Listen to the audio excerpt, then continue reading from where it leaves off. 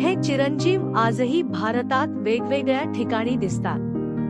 जर तुम्ही आपल्या चॅनेलला अजूनही सबस्क्राइब केले नसेल तर नक्की सबस्क्राइब करा, कारण तुम्ही केलेल्या एक सबस्क्राइब मुळे मला व्हिडिओ बनवायला अजून मोटिवेशन मिळते। चला मित्रांनो, व्हिडिओ सुरुवात करूया। पुराणांनुसार आणि लोककथांनुसार हनुमान उत्तराखंड हिमालयात आजही तपश्चर्या करत असल्याचे मानले जाते। परशुराम महेंद्रगिरी ओडिशा येथे आजही ध्यानात असल्याची श्रद्धा। अश्वत्थामा मध्य प्रदेशातील जंगलांमध्ये फिरत असल्याच्या कथा। व्यास ऋषी बद्रीनाथ परिसरात आजही दर्शन देतात असे मानले जाते।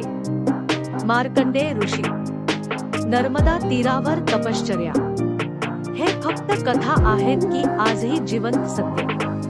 निर्णय तुमचा, पण अशी रहस्ये जाणून घ्यायची असतील तर सबस्क्राइब करा।